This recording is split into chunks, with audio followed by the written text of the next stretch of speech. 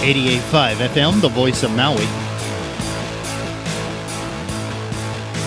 It's the Shaggy Jenkins Show on the Pacifico Radio Network. Welcome to it. I am your humble host, Shaggy Jenkins. Coming up in today's show, we have a lot to cover, including why America is very, very cowardly and how that's got us into all sorts of trouble. What will the next president inherit as far as Russian relationships? One big ignored story of last week could actually spell doom for the incoming president. And we'll also talk a little bit about something that a lot of people find contentious. The Monday of the week started off with a holiday that in the United States is, dare I say, hotly contested. No, it's not International Mental Health Awareness Week, which it is in a couple of countries, including Australia. Yay. It's not that. It's Columbus Day. Or, as some people have taken to calling it because they don't like the idea of a guy that didn't actually discover America being credited with the discovery of America, they instead have said that that on Monday of the week, it is Discoverer's Day. And it's very funny that we've tried to have different names for the same thing, even though looking at it through a historical lens, it's kind of been inaccurate. But before we get to that, let's talk a little bit about the news cycle this weekend and how, even though there was a presidential debate on Sunday, nobody really cares because the biggest comments and the biggest shadowing of the 2016 presidential election happened on Friday afternoon in two different ways. One, Julian Assange, making good on his promise to destroy Clinton, released leaked emails showing certain, dare I say, political shenanigans on the behest of Hillary Clinton. And Donald Trump had a 2005 hot mic session with Billy Bush, played out over and over ad nauseum in the news cycle. These two news stories show us how far down the rabbit hole we have fallen as a country, because only in America can the fact that we have a presidential candidate that made very serious misgivings about security protocols when coming and going about her daily business, and a guy that is the moral equivalent of Satan himself, we focused on all of these kind of tabloid-esque aspects of the race without actually getting into the real substance of what is happening. And because of that, once again, ladies and gentlemen, it doesn't matter who won the presidential debate, because this weekend's news cycle could easily be called a winner for Donald Trump. Even though Hillary's emails talked about some very questionable activity, Donald Trump and his foul mouth kind of overshadowed a story that maybe perhaps, and I'm not saying this through some sort of political agenda, I'm saying as part of a journalistic endeavor, maybe perhaps should be pursued more than a rug-wearing, misogynistic locker room guy. I mean, come on. How can Donald Trump say that what his comments were locker room banter when obviously looking at the guy, he's never been to a gym? How would he even know what a locker room looks like? Well, unless he was a peeping Tom. But getting back to the whole weird news cycle of the weekend, isn't it funny that here in the month of October, and this is where real hardcore, at least in election years for presidents, administration, diplomatic, and certain executive office kind of directing starts to happen from the candidates. They start talking about what their plan post office is. We haven't even got to mention what's going to happen on day one of either candidate's life. And we're in October. Voting less than a month. Yeah. So think about that. And in a sec, remember all of this big hoopla over the weekend actually covered up a very, very bad story for America. And even today, this week, when you thought that all the hubbub would die down and that story would bubble up to the surface, nah. No. Donald Trump has officially ruined news in the United States.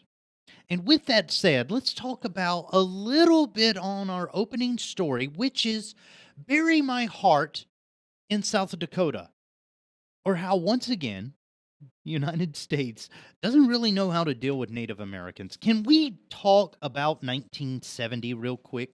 Because today being one of those days where the arguments are still out there of whether or not Columbus Day should be celebrated, or should we call it Discoverers Day, or should we make it Indigenous Peoples Day, Native American History Awareness Day? With all of those things out in the today, let's instead look back to the year 1970.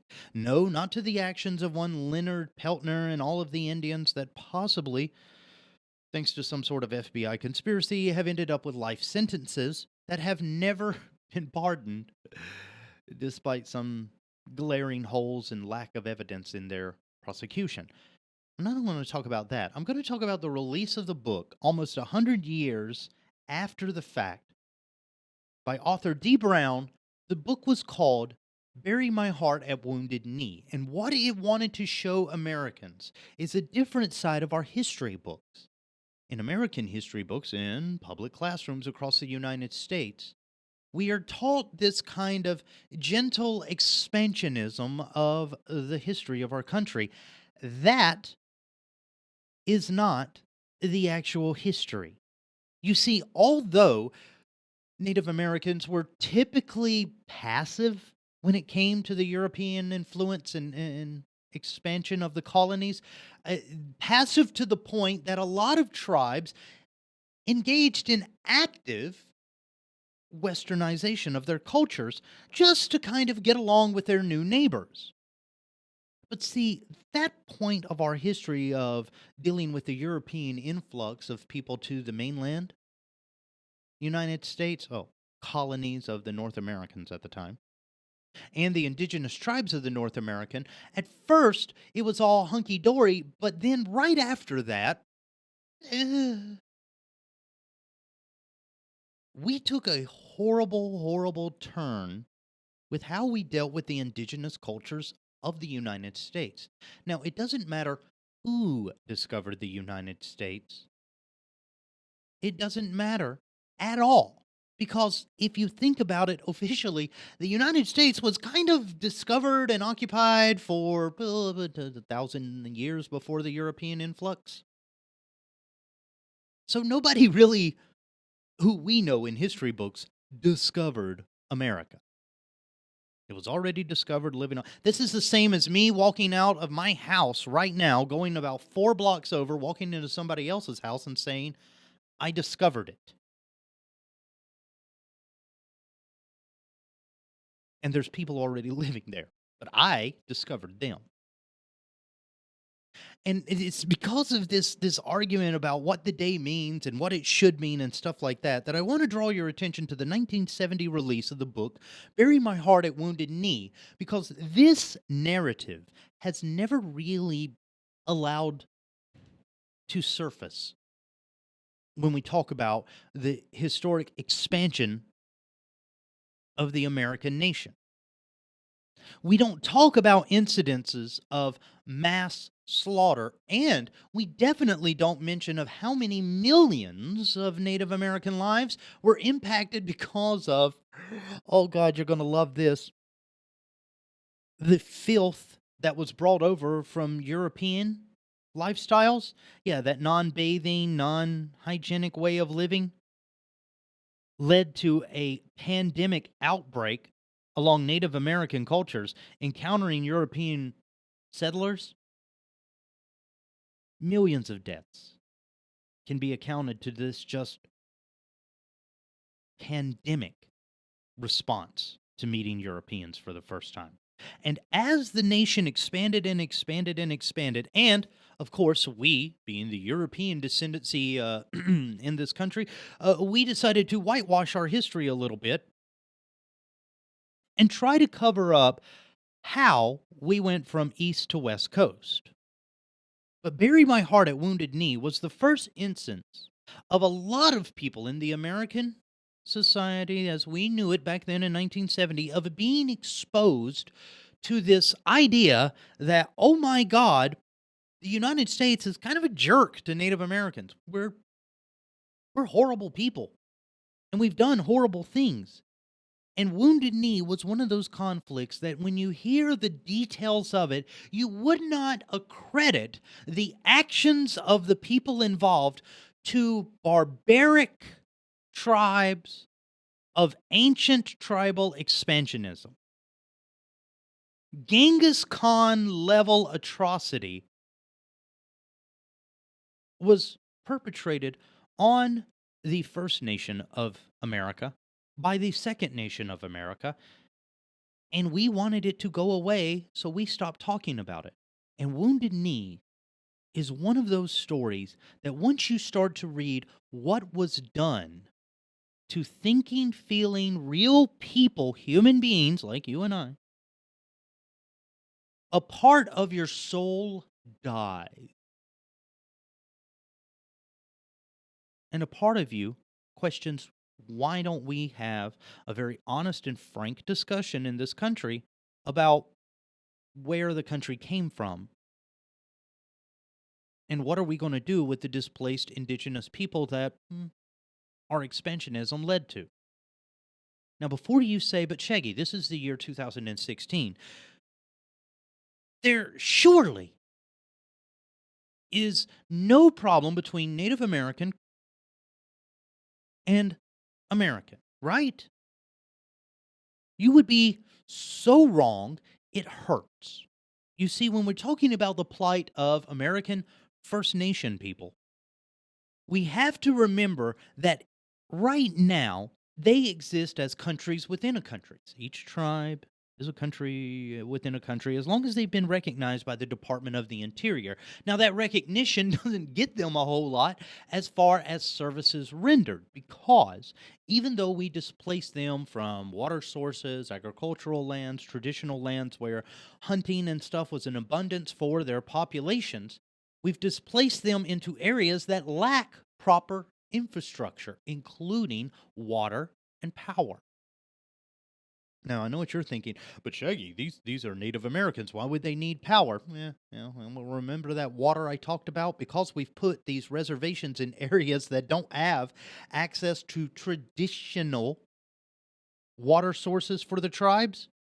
You need some sort of power source to migrate said water unto those reservations. So, reservations right now, and I know what you're thinking, but the casinos, reservations right now and life on them resembles something that you see in our coverage of poor third world countries. Lack of proper sanitation, lack of proper water. Infrastructure does not make its way onto the reservation, even though the United States has absurded these people from areas where life would actually be livable. Now, there's also something else to consider. It's because even though we want to talk about people that discovered America this week, the people that were already living here are now living here in atrocious conditions. Where on reservations, we're talking about monumental difference of life and lifestyle. Here's something that you probably don't consider. Look around your average household. In your household in the United States, the average number of people living in any household is 2.54 people. So 2.5 person. Poor Happy. But life on American reservations go to epic proportions when the average occupancy per household on some reservations, including the big ones in the Midwest, somewhat goes between a number of 15 and as high as 20. And that's because they are overwhelmingly marginalized to this day.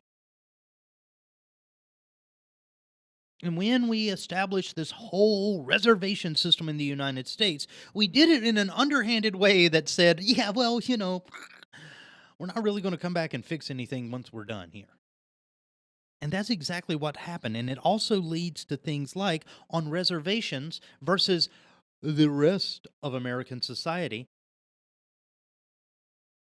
the poverty rate is up to 3 times higher in a reservation than it is in the area surrounding it. And there's also the higher amount of homelessness that happens on reservations versus the rest of the country, the higher amount of high school dropouts that occur inside of reservation classrooms versus public classrooms in the United States, and these terrible, terrible these third world kind of utilities all lead up to a very grim picture of how we've treated natives in this country.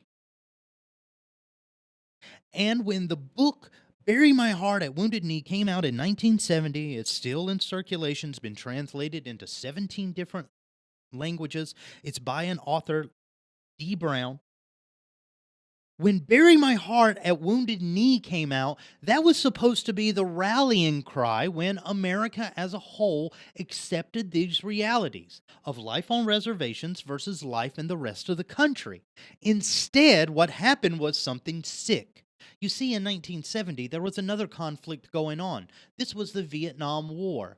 And a lot of people that looked a lot like your host here, pale faces as they were, started to read the book Buried My Heart at Wounded Knee and draw parallels between how the United States government was treating the citizens of South Vietnam. Not how the United States has historically marginalized, denigrated, and made life unlivable for the people that actually had this territory before we decided to smack some states and a banner on it. Instead of being the wake up call that this country actually needed, because we love to divert to other things and draw parallels, everybody said Bury My Heart at Wounded Knee was a great story as an allegory tale for the United States' relations with the Vietnam conflict, not the fact that the United States actually might want to change the way they treat Native Americans.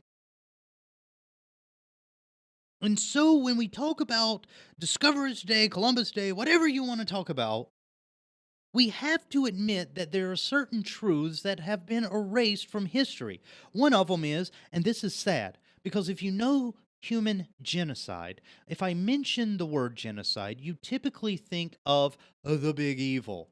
That would be Adolf Hitler, World War II, and the genocide of the Jews, right? You think that's the largest genocide that's ever happened. You're like, no, no, no, no, no, Shaggy, I'm a little more educated than that. I also know about Genghis Khan and his Asian expansion and the atrocities committed thereof. And you'd probably consider yourself pretty savvy of knowing the body counts on those two major genocides. But you would be so disappointed to find out that the United States created our own Holocaust with our Western expansion. And in some circles of native tribes across the country, the death toll that has been attributed to the violent nature of Western expansionism in the United States is around 500 million victims. This is the equivalent of about 250 World War II Holocausts. And no life is more valuable than any other life. And this is not an argument to say, oh, one Holocaust is better or worse than the other. Because if we're going to get in the business of comparing who had the best Holocaust, once again, America, we're missing the point. The true narrative of the Native American population here on the North American continent has never been allowed out. Not in our classrooms, not on our television, not in our culture. And now is the time with this political environment of, honestly, have you seen our two candidates? We don't give a damn anymore. Wouldn't it be great if we, instead of not giving a damn about our candidates, we didn't not give a damn about something that mattered? About hiding our atrocious history? And maybe, just maybe, bringing it back to the classrooms so that we could all learn from this experience? Discoverers Day, whatever you want to call it, needs to be changed, not just to a Native American History Awareness Day, an Indigenous People Day, but America also kind of needs to admit our errors that we're still creating and include the full story, both Wounded Knees and other things. If we're going to be honest with ourselves, we need to be really honest. Coming back, we'll talk. Oh, God, you don't want to miss it. It's Shaggy Jenkins Show.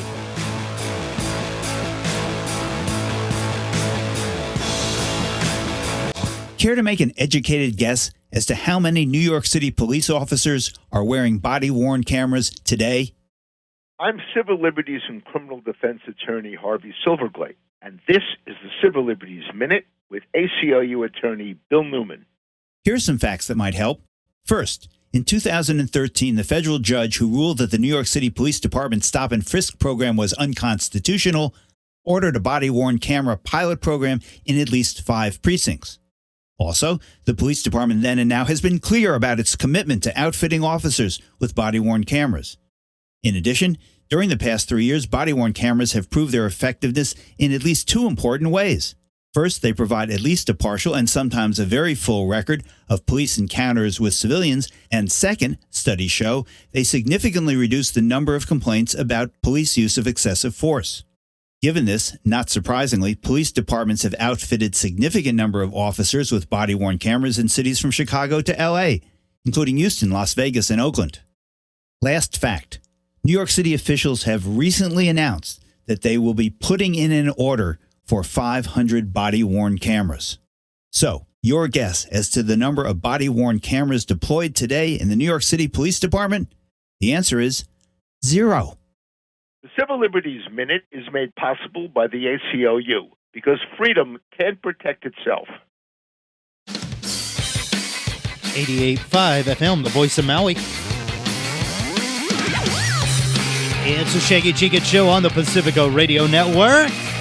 Coming up in just a little bit, we'll talk about what the next president, whoever that might be, what they're going to inherit from Russia. If you'd like to follow me on social media, do that at Shaggy Live. Anywhere fine social media is served. Or drop me an email, shaggyjenkins@gmail.com. Oh, now would be a good time to say, welcome back. I am your humble host, just big thinker today. There's a lot of other stuff that I do. My name, Shaggy Jenkins. And now is the point of the show where I hope that nobody... Actually, I really hope nobody just starts tossing tomatoes at the radio. The reason why is I have to have a moment to call all of Americans chicken and discuss in a very frank and open manner why Americans now are cowardly. America, as a country, is cowardly. Before you start raising up pitchforks and torches and storming the castle here, hear me out. Because Friday's little news eruption about Donald Trump and his gender-grabbing comments, or should I say genitalia-grabbing comments, because not only in one fell swoop did he embarrass an entire gender, males, us, yeah, we're deeply sorry, women, for Donald Trump, offend another gender completely, ladies, once again, we are so sorry for Donald Trump, but the meltdown and then everything that he had has brought out from the woodwork other Republicans that in October are starting to say, yeah, maybe Donald Trump's not the right candidate. Now, keep in mind, across the country, and I'm one of these people that's already got one, absentee and voter, mail-in ballots have already went out. And even though Donald Trump's comments were very, very, very bad, and Friday, a lot of people were clamoring with those pitchforks and torches I mentioned earlier around the GOP, telling him to oust, or I should say the GOP to oust Donald Trump, it's too late. The election and voting has started. So love them or hate them, these are the candidates we have to work with. And GOP is now in spin mode after the meltdown that Trump experienced in the media on Friday with the release of his very frank discussions about what he thinks his celebrity entitles him to. Now, not only are these comments shaking up the way the GOP is trying to go into damage control, not only is it shaking them up, it's also shaking up other people observing the GOP and saying, yeah, that's great, you're all offended, but you're not really doing a lot. Now, keep in mind, this week we know that left and right Republican senators and representatives have ditched their public support for Donald Trump. Now, this doesn't mean that they're not going to vote for him, because we can never tell which one of these people they're going to vote for. But publicly to come out and say you don't like your own party's candidate, kind of a big deal. And more Republicans are now starting to come out and say that, oh my God, Donald Trump is a horrible person. I'm not going to vote for them anymore. And this leads me to the point about cowardice. Because the GOP is so afraid right now of coming out and saying, you know what? Our candidate is kind of a jerk. He's on the ticket. The election has already started. But you know what, Republicans? We are going to have a December meeting like you're not going to believe. And we're going to fix this so that the next time an election rolls around, none of this crap happens again. That would be the move of a very smart and very, dare I say, progressive conservative party. I know, I just used progressive and conservative. They're out there, damn it. But instead of that happening, the GOP is afraid to make a public move. And the reason that they're afraid to make this public move is simple.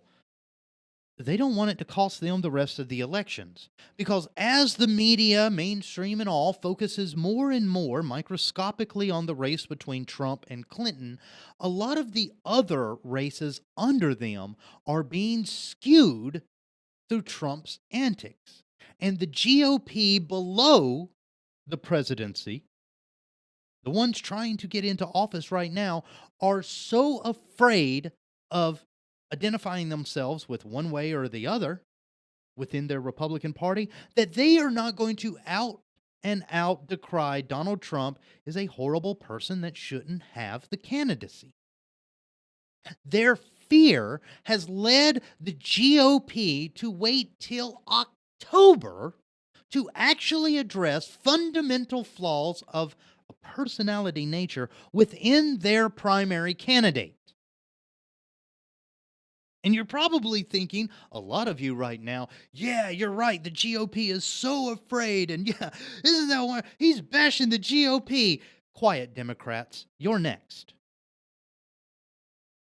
Because if cowardice can be attributed to the rise of Donald Trump on the GOP side, a very small and marginalized, afraid movement that has pushed these kind of terrible ideologies to the front of the party, and everybody else in that party being too afraid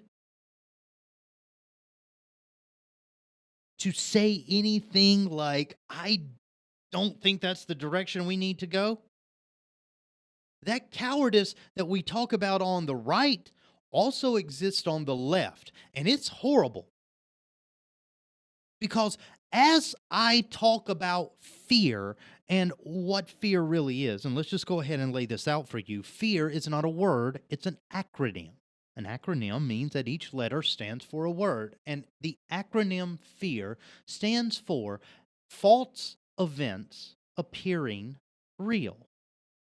And our fear of these false events actually coming into existence prevents us from doing very logical, well thought of solutions to some big fundamental problems. And on the GOP side, everybody's afraid of just coming out and saying, yeah, we screwed the pooch on this election. This was totally horrible. We will never do this again. We understand if you don't vote for us because we don't want to vote for us either. It would be a brave and bold move from a GOP to acknowledge that. It would be even more brave and more bold if women within the Republican movement and women of the conservative mindset would actually act en masse to abandon their party's candidate. That fear of, because here's the problem with conservatives, women don't have full access just yet. Okay? They don't have equal judgment and parity mentally, at least in the eyes of the people in their party, on the Republican side yet. Women are so afraid to lose the footholds that they've gained inside of the Republican Party that they don't want to just say en masse, that guy's a jerk. And not only am I not voting for him, I am pulling away from this party until such time that the party aligns with a more female-friendly approach. Because in the year 2016, ladies, Ronald Reagan is open up to you as well. If you are a woman on the right, you have every right to invoke anything from Ronald Reagan that the men do. And you should invoke what he said back in the 1960s when it comes to your Republican Party now. I didn't leave the party left me. Thankfully, the party left you, because if you'd have stayed on that party bus with Donald Trump, you probably would have been groped by now. But a lot of women en masse are afraid to get away from any sort of public adoration for how Donald Trump is shaking up their side of things. And through these cowardly acts of conservative women, this terrible misogynistic mentality, not just on the right, but on the left too, because things in this country, they kind of make a weird cycle thinking-wise. And as long as we have a political party out there that supports marginalizing women, it doesn't matter how much the other party does accepting of them, the thoughts are still there. And because nobody in the GOP has boldly stood up and said, you know what, guys, it's not the 1800s anymore. We might want to update our thinking on a couple of things. Because of their fear, we have Donald Trump leading the charge into the gates of hell. And remember how I said Democrats, don't laugh too hard at this story of fear and think of yourselves as brave? Because Democrats are also guilty of being huge cowards.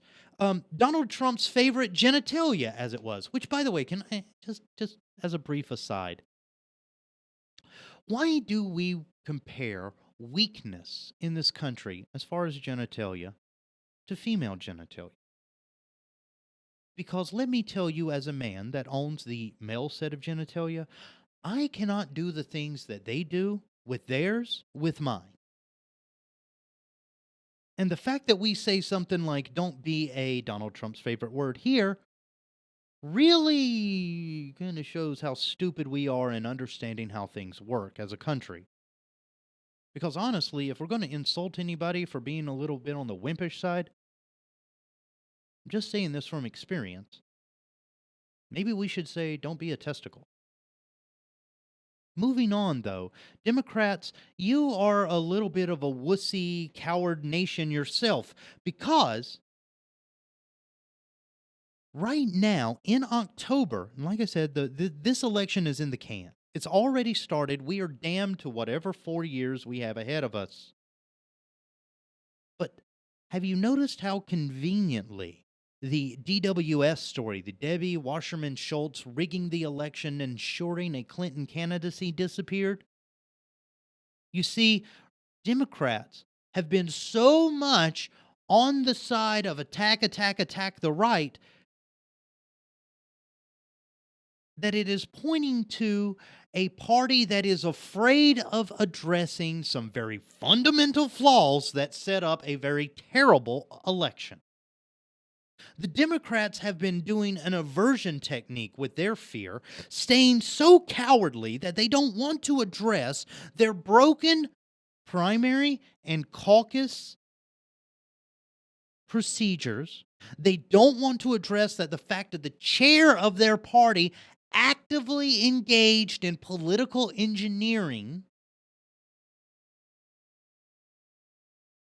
I mean, seriously, how many of you visualized Bernie Sanders eating the ice cream straight out of the carton during the debates going, that could have been me, but they was playing? But that's not the truth. It could have been Bernie Sanders had the DNC not been manipulated from the head down. And while we're in October, Democrats are very afraid of anybody bringing this back to light. They want it to be this happy, sunny, rainbow-filled, and unicorn-driven parade of happiness behind Hillary Clinton, but that is not what the reality is. The reality is the only reason that Hillary Clinton is the candidate is through certain political machinations within the DNC. I know what you're thinking, but Shaggy, let's go back and look at the votes. Yeah, let's look at how many were voided. Because when you compare the story of election engineering on the part of the DNC behind Hillary's candidacy to the absolute failing of anybody on the right being brave enough to stand up and say, you know what, that guy's a jerk. We shouldn't put him in charge of this party. Both parties have shown themselves to be out and out cowards, afraid to clean up the mess that is in their own front yards. And the American people, we're acting as the HOA, the homeowners association, saying, you know what, your yard's pretty crappy. You probably should clean that up. And they're just ignoring us. And we, even though we have a lot of power on our side, because we can respond in numbers that they cannot, we let our fear of what is happening to our country keep us from speaking out loudly and vocally about the people that are doing it to our country. You see, America, it doesn't matter if you're a Democrat or a Republican, you too are a coward. And you're probably thinking to me, what? No, there's no way I'm a coward. Wrong. And I can prove it. Because our cowardly nature as American citizens have led us to complain more and more about our safety and security. Now, you're probably thinking, well, yeah, that's a cause and effect kind of relationship there. We care more about our security, so we start griping about it more. Oh, here's the terrible part about machinations and how they work. Sometimes the machine that you're building on one end doesn't exactly have the right output that you anticipate on the other end. And as we built up this paranoid and scared society in the United States, and we kept asking in light of like 9/11 and the news media's terrible, terrible job of inducing anxiety and paranoia into our culture,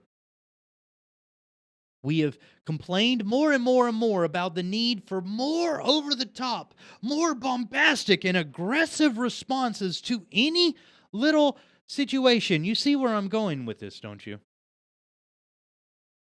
Our cowardness as a society has allowed us to tolerate the rise of police brutality. And this is why I say it's not just about any party right now being a coward, it's all of us being a coward. Because the more that we've been afraid to address certain fundamental issues in American society, the more these issues, like cancer, have infected the system. And cutting them out involves a certain level of risk. I'm not going to lie, there should be some legitimate fear about peeling off the Band-Aid too quickly. But at the same time, our cowardly ways in America have put us in a situation where our inaction has led to our own undoing. And the way that we as citizens have been more cowardly in how we view the world being the world against us and everybody's a bad guy and everything's out to get us, we have tolerated the police in this country doing more and more brutal acts without question. And the events of Ferguson and the events that we have seen time and time and time again of an over-aggressive response from the police on unarmed citizens, this is how cowardly behavior shows itself.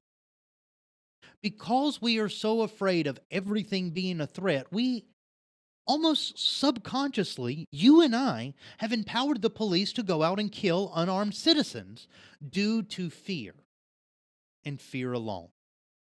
And remember how I described fear as being a false event appearing real?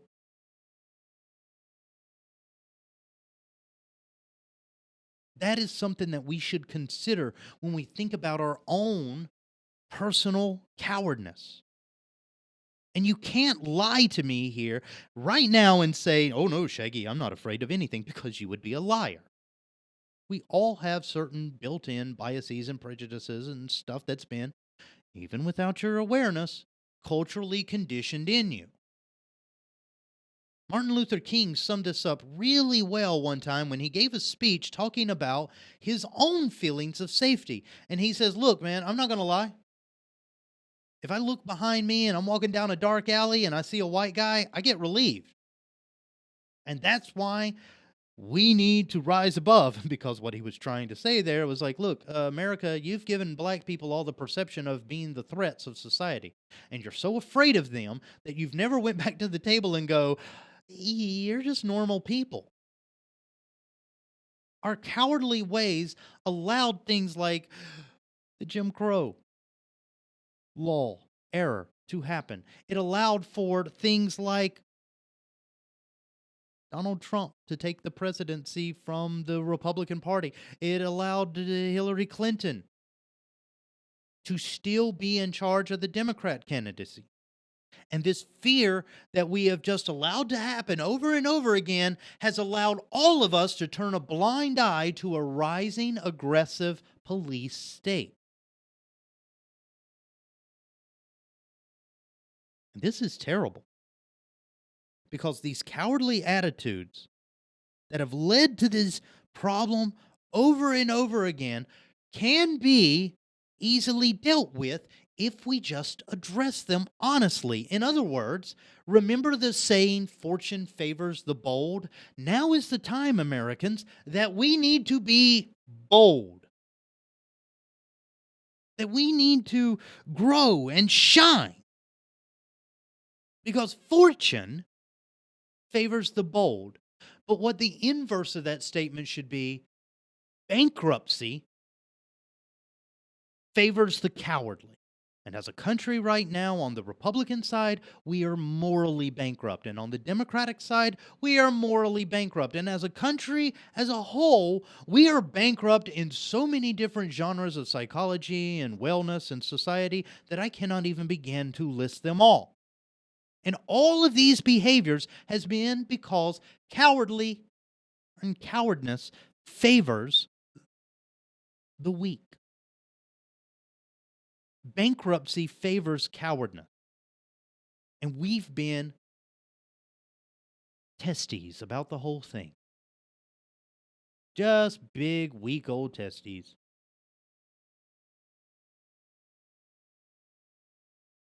So fortune favors the bold, and we in America kind of consider ourselves a fortunate nation, but we're not bold anymore. And because we're not bold, all of these problems that I have mentioned, a broken system on the side of the Democrats when it comes to primaries and caucuses, leading up to a corrupt administration picking a candidate, or the problems on the Republican side with everybody being too afraid to admit maybe it's time we come out of the Stone Age and accept women as equal.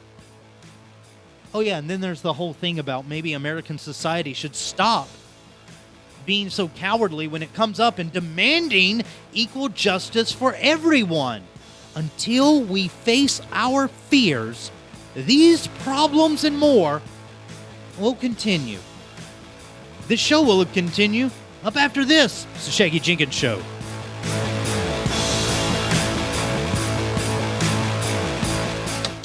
This is 60 Second Civics from the Center for Civic Education. I'm Mark Gage.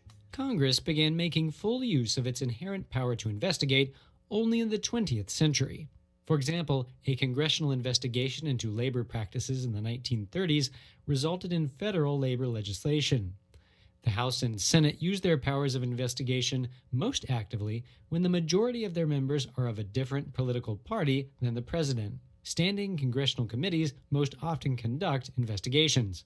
Recently, however, Congress has made greater use of special investigative commissions, such as to examine the explosion of the Challenger space shuttle in 1986 and the terrorist attacks on the United States in 2001. Today, Congress's investigations rival its lawmaking powers and have helped Congress maintain its power in relation to the executive branch. Thank you for listening to today's episode. 60 Second Civics, where civic engagement only takes a minute.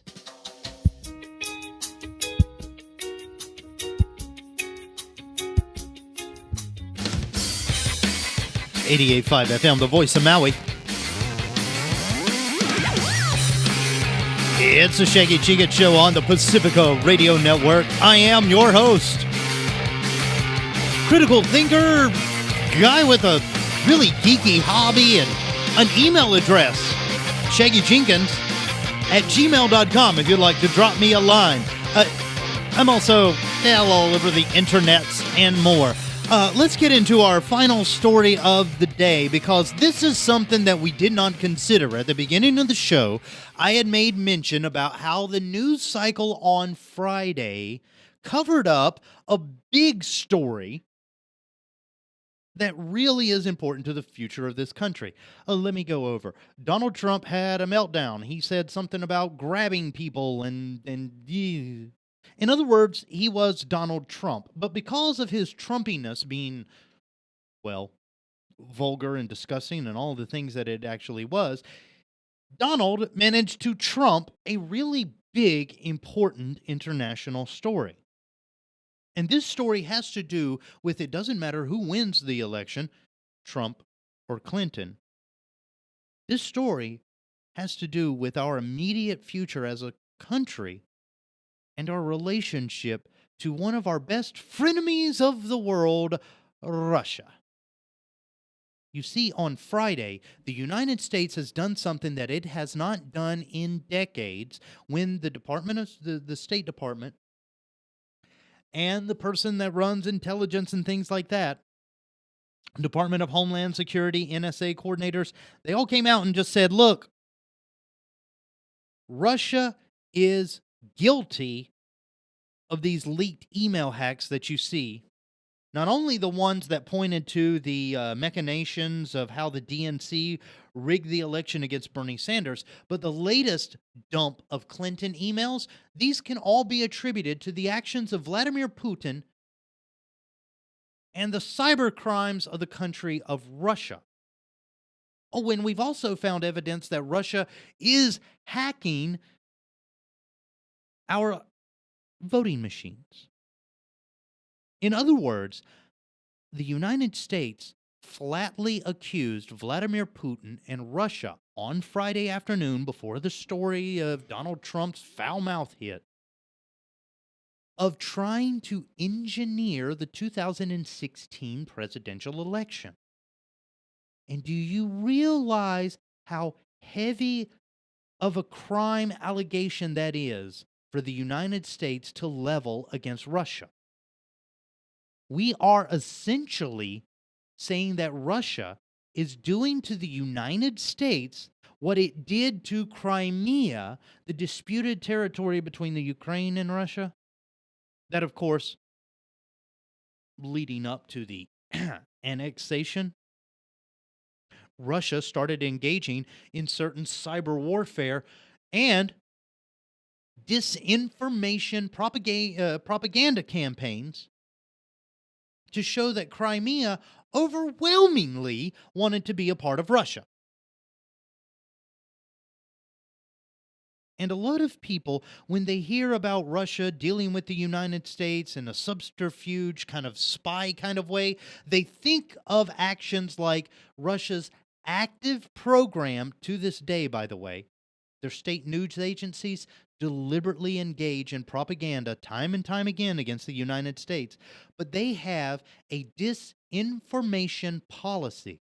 Whereas they try to disinform American citizens of their government operations, they try to misinform the United States government about certain world political, economic things that Russia has its hands in, and actively keep everyone confused so that the former communist power, can keep a grip on things in its part of the world. And Friday, when the United States came out and basically said, look, Russia is guilty of these email leaks for Hillary, we suspect that there is ties or motivations, at least, to show that Vladimir Putin and Donald Trump have somehow colluded on the release dates of this information. And that's a heavy crime to allegate as well. Remember, they're saying basically right now, Vladimir Putin wants Trump. And to get Trump, he's willing to hack the American political process. Huge, huge crime. But if we look at the other side of the equation, we can see that Russia is going, hey, what the hell, America? Vladimir Putin disagrees with us on a lot of things politically. So the fact that they're hacking and stuff like they did with the Crimea situation could show that Russia views us at least with some contempt. Now, it wasn't always like this. Remember, we had this thing called the Cold War, and that had to do with Stalin and his imperialistic view of expanding in the Eastern Bloc of Europe. Now, keep in mind, Stalin kind of got that idea because of Winston Churchill and the imperial expansion of the United Kingdom in the European and Mediterranean and African continents. You see what I'm saying? There was a big misunderstanding at the end of World War II, and then also not so much a fundamental disagreement that was not misunderstood on either side between the United States and Russia. And things got really, really cold. So cold, in fact, in June 3rd, 1961, Premier Nikolai Khrushchev was asked by John F. Kennedy if they could just have an informal meeting and talk about how screwed up things were.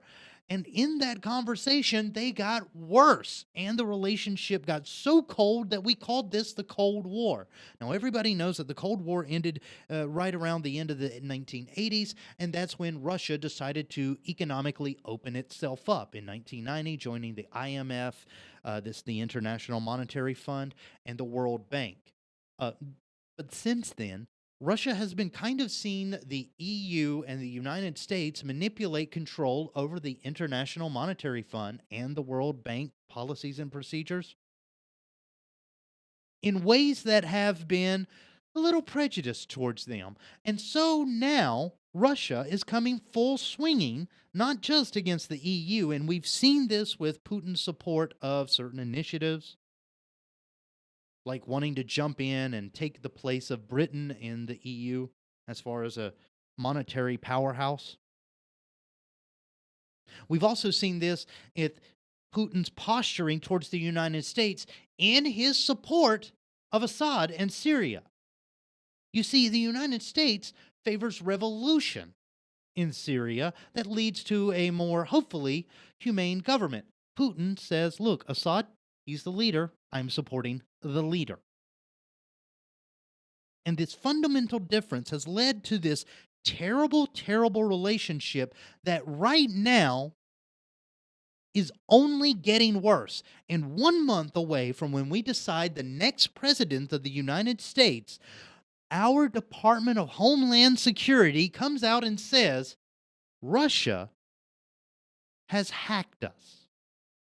Russia is behind the release of politically damaging information towards one of our candidates. Russia is actively trying to engineer our election.